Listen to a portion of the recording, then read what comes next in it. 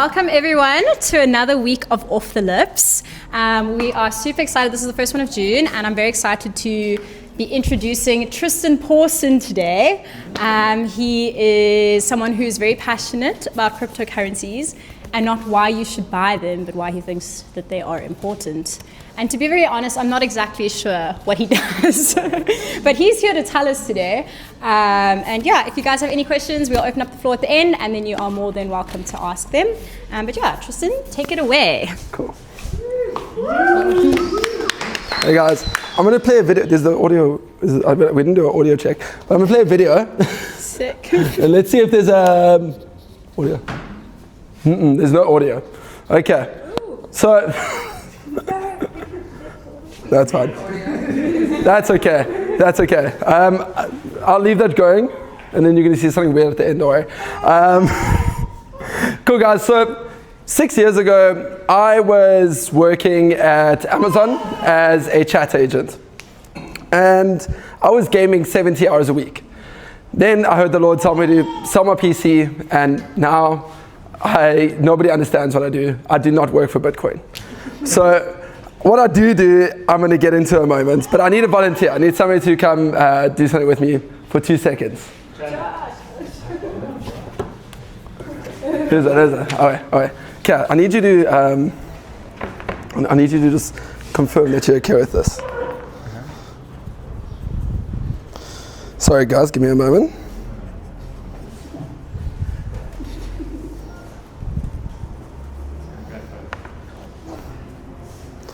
Cool.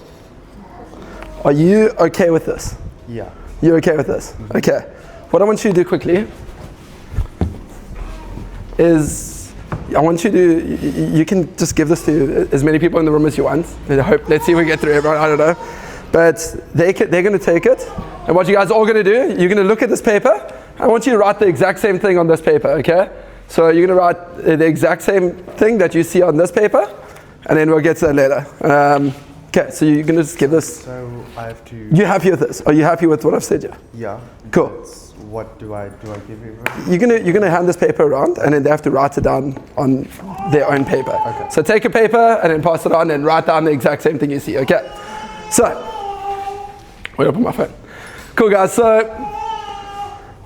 while you guys do that, I'm gonna just go into the question, which I think a lot of people need to understand. What the heck do I do? Okay. She thinks I work for Bitcoin, or she thinks that I do Bitcoin. You'll see. Give it a second.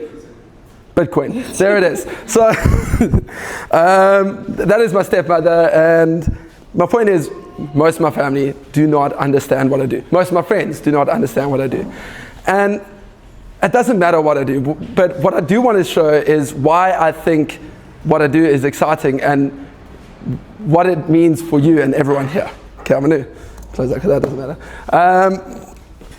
So let's start with this. I'm going to go back a little bit again because I didn't give you guys the full story. But yes, I work in the crypto space. I work, I'll explain what that means because I think that goes above a lot of people's heads. Okay. So let's go back. 6 years ago, I am working at Amazon. I was this online chat agent guy, and I was working and gaming 70 hours a week. That is watching the entire Game of Thrones every single week. That's watching Lord of the Rings 6 times every single week, which to some of you might sound great, but I don't know. That doesn't sound fun to me. And then I just heard the Lord one day. I was at this leaders meeting, and he was just like, Tristan, time to sell your PC. That week, I sold my PC, and I started writing articles with all that free time I had. Not all of it, I used that other free time into family and a whole bunch of things, but a friend told me, hey, go write articles online, you can earn money that way.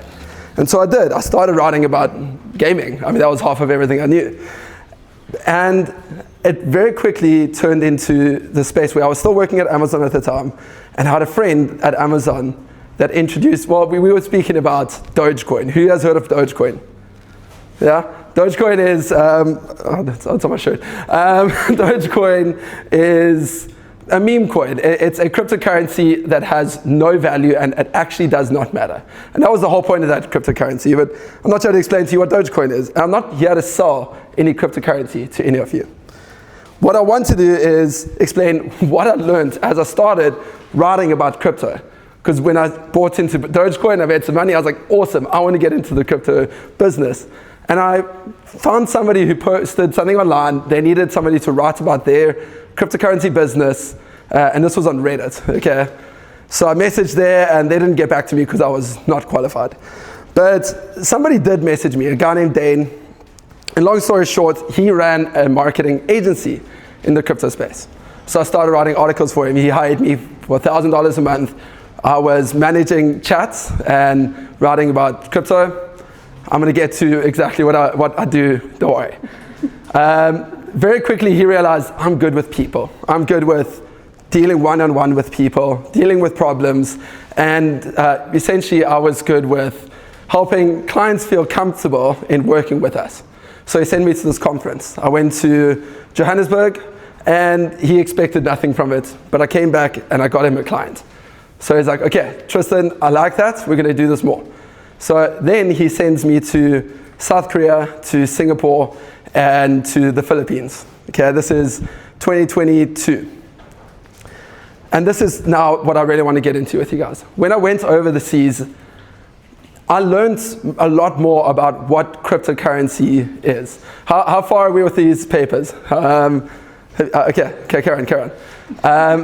So I learned a lot more about what cryptocurrency is, why it matters, and why it's not just about something that you guys can buy into. In fact, I'll tell people, and my brother will tell you, that don't give me your money to put it into crypto.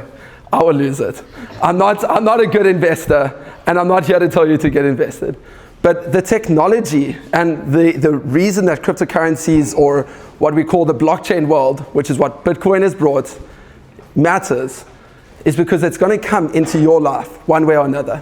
And you guys might not always know this, but there's a good chance it's going to infiltrate and you're going to be using it without you ever knowing.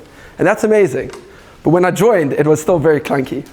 Who has ever held or had crypto in their life? Jordy, what happened to yours? Yeah, you got scammed. There's a lot of people that have had crypto.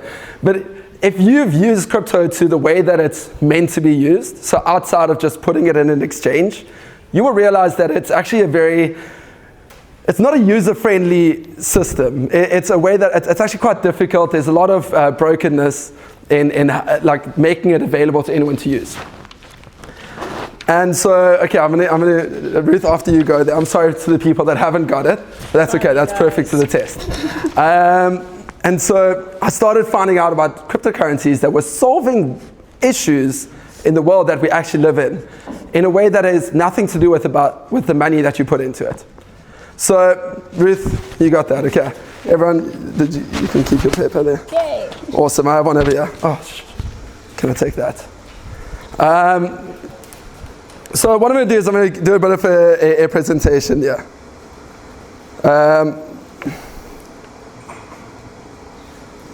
So, sorry, what is your name? Jonathan. Okay. Joshua, you agreed to something with me a moment ago. And what you told me is you were going to give me $50, right? You said, like, right after this talk, you're going to give me $50.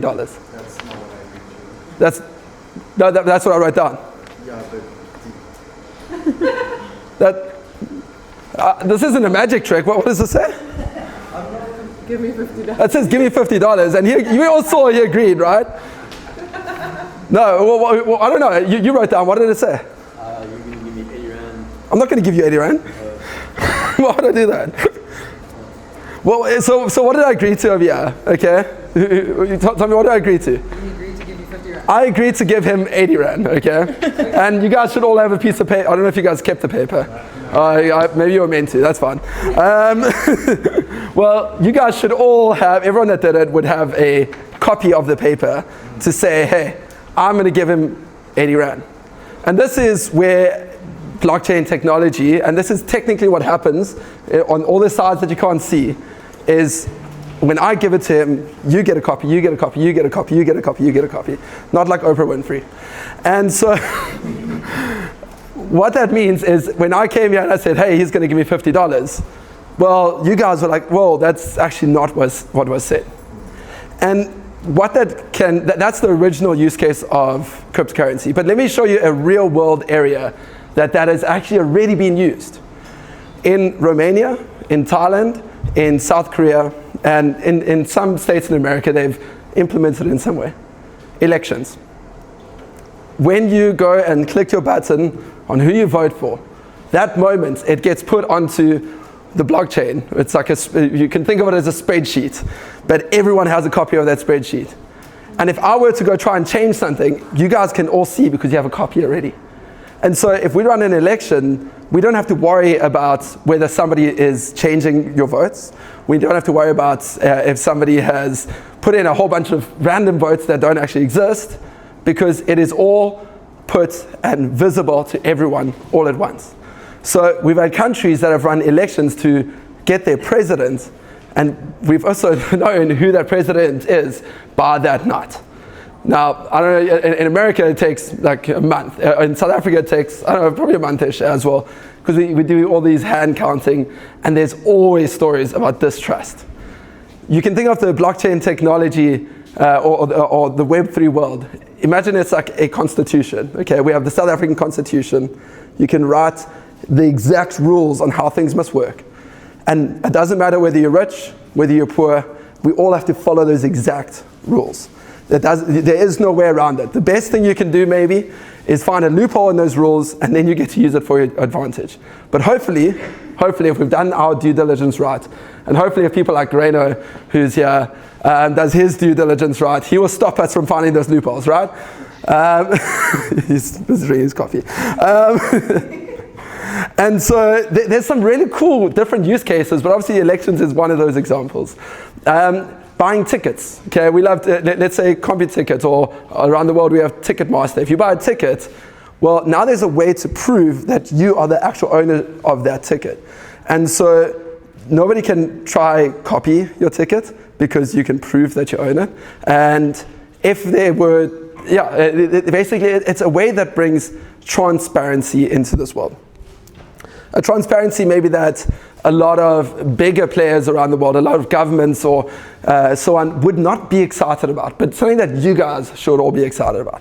I think we all have a distrust for whether it's governments, whether it's banks, whether it's, he knows, whether it's whatever it is that you distrust. If there was more transparency in this world, I think we can all agree that would be a better space.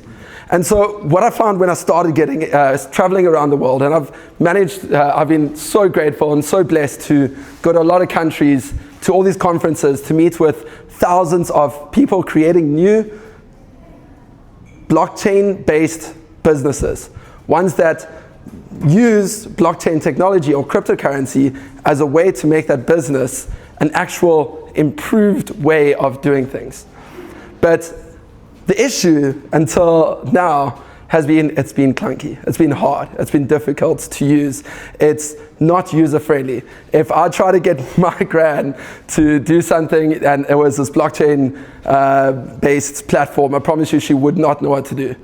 Well, now we have ways that have made that a lot more invisible. There's a lot of technology, or there's a lot of businesses that are going to be created, and you shouldn't even know that it's done on blockchain. It doesn't matter. I think that we've had a lot of people just use the word, it's like we use the word AI, or we use the word, use the word crypto, and that is the selling point. Oh, because it's crypto. And there is value points in that. I hope I'm not rambling here. But just the point is it a better product? And what I found was a lot of people just trying to make a better product that is more transparent, better to how you guys use it, and grows it. Anyway, so some interesting use cases. Thank you, Arjan, for giving me this idea. There you go. Cool. So this is a shoe. What shoe is this? Nike shoe, right? Okay. So I bought this in Hong Kong. I was very excited. I spent a little bit too much money. I don't know. Can you tell me, like, what do you think about the shoe? Yeah, I think it's great. She thinks it's great. So something that you will notice is, can you tell me what that says over there? Nike, NKE. NKE, it's missing an I. Okay, so this isn't a Nike shoe. This is a fakie, okay? It's not a Nike. And I mean, I'm not going to lie. I didn't know it was a fake when I bought it, but let's not get into that. The point being, like Louis Vuitton, or like especially these big brands, they're now creating maybe a shoe that has something that you cannot see. But if you take a picture with it, it has a watermark that is invisible to your eye. And that watermark and that data is put onto the blockchain and into the Web3 world. And you can always know that item you have is true. Arjun, in the last year, how much money have you made from selling secondhand shoes? Like as an example, like I don't know, let's say 15,000 rand? It could pay my rent. It's paid his rent, okay? And the second-hand market is there's a lot of money in it. I don't have the numbers, sadly. Okay, I'm going on a little bit longer than I wanted to, so let me move on. But as an example, you can use that to verify that you have the authentic thing. And that's a big part of this. We want authenticity, we want transparency, we want things to be fast, and we want things to be user-friendly. So I'm going to share with you guys quickly another area that has actually made a difference in my life. And now I'm getting the chance to actually work for we call it a neobank. So who has used maybe Wise before? I'd imagine a lot of you. Or who has been paid in dollars and has needed to get that into South African rands before? A lot of people here.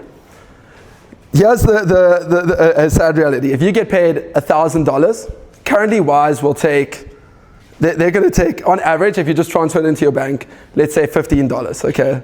Which actually it can be a lot, especially as you scale up or as you do that regularly. If you ended up getting a Wise card or a Revolut card, you're actually spending per $1,000, you're spending $40, okay? You're spending 700 Rand on fees that actually disappear. And that's money that could be yours. But because they are a centralized entity, there's a big, they get to take advantage of you. And often we don't even realize that difference or that little bit that they take. If I have dollars and I go pay for a coffee, I promise you, almost everyone here that has done that, we're not going to know how much they've taken. We just trust that, okay, they've done it, I had dollars, I've got my coffee, I'm happy with that. I've started working for a bank, it's called a neobank. It's called Coca.xyz. And they are bringing crypto technology into this space. And it's just one of the areas where I can see it invisibly building into our lives and making everything improved. So I get paid in dollars. I get it added to my bank. These guys, they have zero fees, no fees, and it takes, the day I get paid, the minute I get paid, I can go buy something at the shop. They have a lot of, hold on, I actually wanted to say something. They have a lot of perks. But the point being is I've been, in many cases over these last few years, I've lost a lot of money by trying to shift and get my money from where guys paying me in euros or getting paid into PayPal. And it takes days. It takes time. It takes a lot of my money away. This is one of the examples in a real world where any one of us over here can just go have a bank, you get paid, you can use it straight away. And they have amazing perks. But I don't want to shell it. I'm not here to tell you, oh, you need to use Coca. I'm just trying to show this is a live example in which it actually can affect your life, especially if you get paid outside of South Africa. But another value point, you're not trusting a bank. You're not if one of the areas, I don't want to go, okay. Sorry, I know I'm using too much time here. So one of the areas that we've seen over the years, a lot of people have, if you invest in crypto, or if you've bought crypto in any way, you've always had to keep it, or most guys keep it in some sort of exchange, which means you're still trusting some business to take care of your funds. And unfortunately, we've seen a lot of things go wrong. We've seen the second most trusted exchange in the world take all their people's funds and use it in the wrong way. We've also seen that with banks. In America, one of the biggest banks about 3 years ago in America closed down because they were doing wrong things and in the background. And that means that everyone that had money in that bank, they couldn't use it for a couple months because it was a long process in order to get it out. One of the areas that we're also doing in this crypto space is what you own, you own. And that is an area that I also find very valuable, and I've learned to value a lot more, is if you give me $10, okay, if you give me, can you give me 2,000 Rand? No, okay. If you gave me 2,000 Rand, then I want to be the actual owner. And traditionally we used to have cash and we were able to do that. Nowadays we've moved on to this online world, but that means we have to trust banks to do it. With crypto, you get to hold it, you get to keep it yourself. Even if Coca, let's say you have your money in Coca, if they close down and don't exist tomorrow, your funds are still available. You get to hold and transfer that. But what they've also done is made it user-friendly. It's no longer this clunky system. It's a system that is as simple as using your bank. And I'm excited to see more of how this infiltrates every single one of our lives. I'm excited to see, hopefully, our government putting that into elections if we can trust them. I'm excited to see whether it becomes into your ticket sales, whether it goes into, I don't know, your shoes. I'm excited to see how the crypto world does it. So what do? There's a lot of these big companies out there that have amazing ideas, but they don't know how to tell it. There's a lot of guys they're very high IQ, very, very clever, way smarter than I am, but they'll create the most phenomenal idea and they don't know how to tell it to you. That's my job. Yes, I do marketing in some sense, but my job is getting that brand users and showing people what they actually do in a way that makes people excited.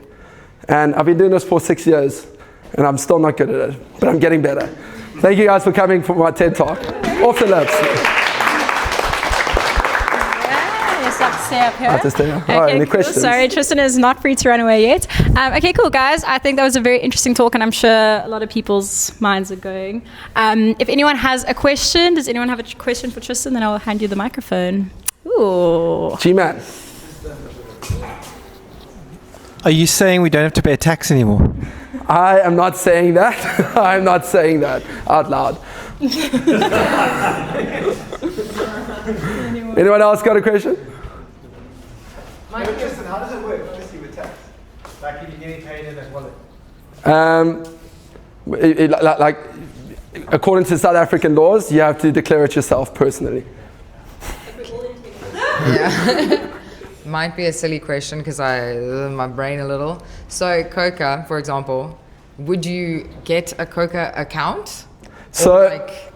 Yes, so essentially Coca is technically just an infrastructure. So it's an app that handles how everything works, but they give you the control of how everything works.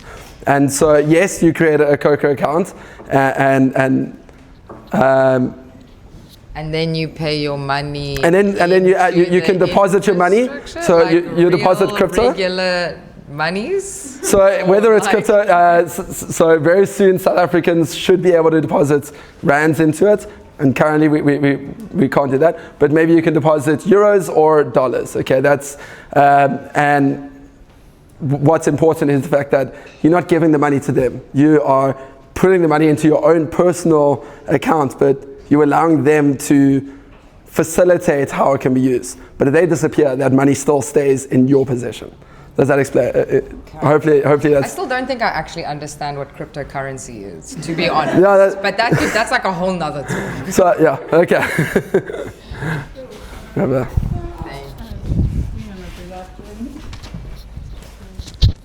Thanks for such an interesting talk. Question, so if we decide to use Coca, how do they continue to stay afloat? What do they get out of it? Do you pay a subscription, or do they, can you just explain a little bit how they work like that? Okay. So she wants to know, like if we're giving everyone benefits, because I mean, this month I got $80 in cash back. I was stoked. But you get amazing cash back. You get you get 50% off Netflix. You get 50% off ChatGPT. Like if you use them, there's some really amazing perks. She goes, okay, if there's no fees and they're giving all the way these ideas, How do they stay afloat? Well, firstly, especially in the beginning of businesses like this, especially in fintech, they'll run at a loss. I'll use ChatGPT as an example. I believe they were down $12 billion they took as a loss in the last year. But they understand in the long run that is going to hopefully come with a better return. Coca, for the next, what? Okay. It's a lot of money. For the next couple of years, they're going to, they are probably going to either run at a loss or they're going to run at a flat line. They have investment. In the future, maybe they'll add in different perks that can be paid, but for now, everything is non-paid. I have one. And I'll add there with Coca specifically, in order to get the highest tier, like I get 8% cash back, you have to have their token. But you don't have to have their token at all. You don't even have to know their token exists in order to use the account. It's free to open, no monthly fees, free to use. But if you want to get good perks, there is, they're technically our paywall. So how does Coca approach security for because I know hacking is quite a big thing in this space. So what's their sort of strategy for security? So they've been audited by multiple security firms. That's something they've built together. Ways to prevent attacks. It's hard for me to pack that all right now, but essentially the way that the wallet won is first because it's non-custodial. They don't have your keys, so they can't take your funds. But the way that they run the banking side, it's called MPC, which means technically 3 parties would have control of your wallet in some sense, and 2 of them have to sign off. They are not affiliated or using, they don't even know who that third party is technically. 2 people have to sign off for any payments, at least for how we do payments at a store. Hopefully that explains partially on it. That's complicated. Cool. Yeah, super cool. Interested. Thank you.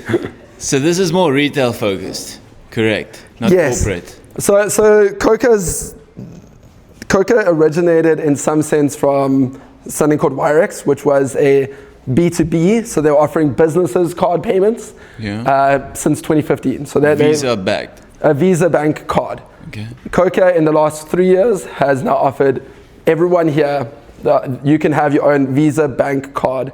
Go to any shop, make a payment. So I have a card. I bought a coffee just before I got here. I just go to Anytel, tap to pay, quick to do, and yeah. Very cool. So essentially, we can talk afterwards because I have a lot of questions. So essentially, off-ramping, non-custodial, Visa-backed. Yes. Okay, sweet, happy. Nice. Okay, Awesome. guys, I think that may be all we have time for. Or is there any final question? If not, you're more than welcome to chat to Tristan afterwards. Do great. Do you scam people or not? I just Only you, Challen. I only scam my brother. Shame I lost him money once. But or more than once probably. Anyway, that's another story and it had nothing to do with anything I worked for. Yeah, give Tristan a big round of applause.